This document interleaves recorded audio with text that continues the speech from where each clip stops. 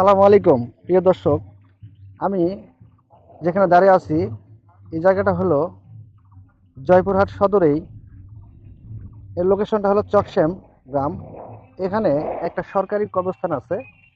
এই কবরস্থানে ইতিপূর্বে অনেক আগে ঝোড় জঙ্গল, মানে অপরিষ্কার ছিল। আমার মামা এটা লিজ নেই।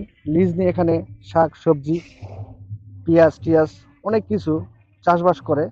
তাতে এই জায়গাটা সুন্দর থাকে, পরিষ্কার থাকে। এখানে কোনো ঝড় জঙ্গল আর হবে না। অনেক পরিবেশটা সুন্দর। আমের গাছও লাগা আছে, পেঁপের গাছও লাগাইছে মামা, লাউ গাছ লাগাইছে, অনেক কিছু লাগাইছে। সাইডে কর্মস্থান আবার ওই সাইড থেকে হচ্ছে। ওই সাইডে জায়গা ফাঁকা আছে, ওই সাইডে কবরস্থান হয়েছে। এই সাইডে যদি ঝড় জঙ্গল থাকতো তাহলে এটা কীরকম পরিবেশটা দেখা যেত। এটা অনেক ভালো কাম করেছে। আপনাদের বাড়ির পাশেও যদি এরকম থাকে, আপনারাও এইভাবে কাজ করতে পারেন। এখানকার যিনি এটা পরিচালনা করতেছে, ওনার সঙ্গে একটু কথা বলি। আসেন আমরা এখানকার যে পরিচালনা করেছে, দায়িত্ব আছে, ওনার মুখ থেকে কিছু কথা শুনি। আমার কিছু কথা বলে। হ্যালো, আসসালামু আলাইকুম। এই এটা গোরস্থান ছিল, অনেক বন জঙ্গল। আমি এটা পরিষ্কার পরিচ্ছন্ন করছি।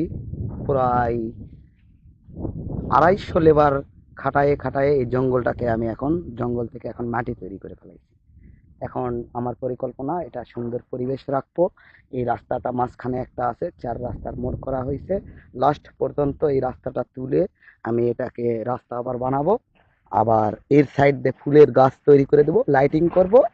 লাইটিং করার পর এটা যেন আর কখনো কবরস্থান মানে আসলে পারে মানুষ যেন ভালো লাগে, ভালো লাগলে যেন এখানে বসে আরাম আয়েশ করে। আমি সেই একটা ব্যবস্থা করার জন্য এটাকে আমি পরিষ্কার পরিচ্ছন্ন করার ব্যবস্থা করতেছি। আসসালামু আলাইকুম। মানে উনি বলতেছে যে এই জায়গাটা আরো ফুটিয়ে তুলতে, যেরকম লাগে সৌন্দর্যটা আনতে, উনি সেটাই করবে।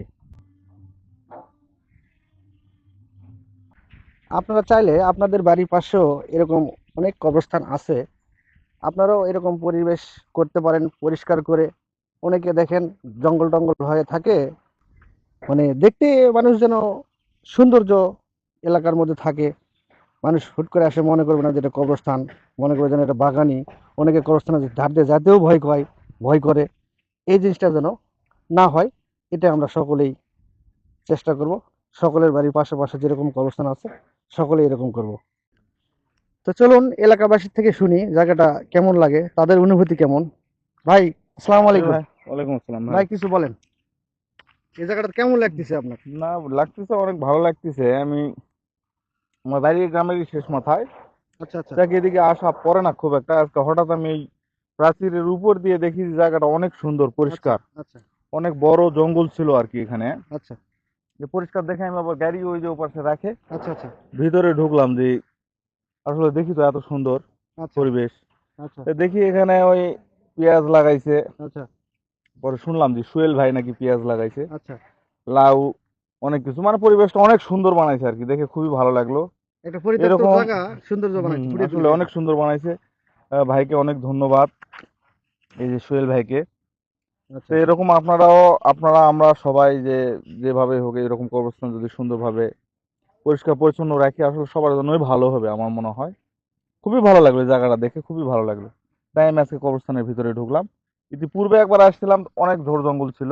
আচ্ছা আচ্ছা। তাই আজকে দেখে মানে পুরাটাই ব্যতিক্রম, কেমন জানি একটা সেরকম ভালো লাগলো। এখানকার গেটআপই চেঞ্জ হয়ে গেছে। অন্যরকম একটা ব্যাপার হয়ে গেছে। পরে খবর নিয়ে দেখলাম সোহেল ভাই আচ্ছা এই এলাকায় নাকি বাড়ি, উনি এটা দেখশন করে।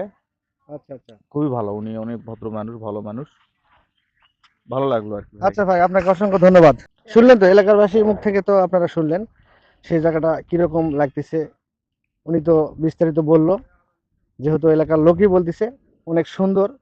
তো আপনারাও এরকম সুন্দর পরিবেশ আপনারাও করবেন আপনাদের এলাকায়, লোকজনকে দেখতে ভালো লাগবে। ধন্যবাদ সকলকে, ভালো থাকবেন। আসসালামু আলাইকুম।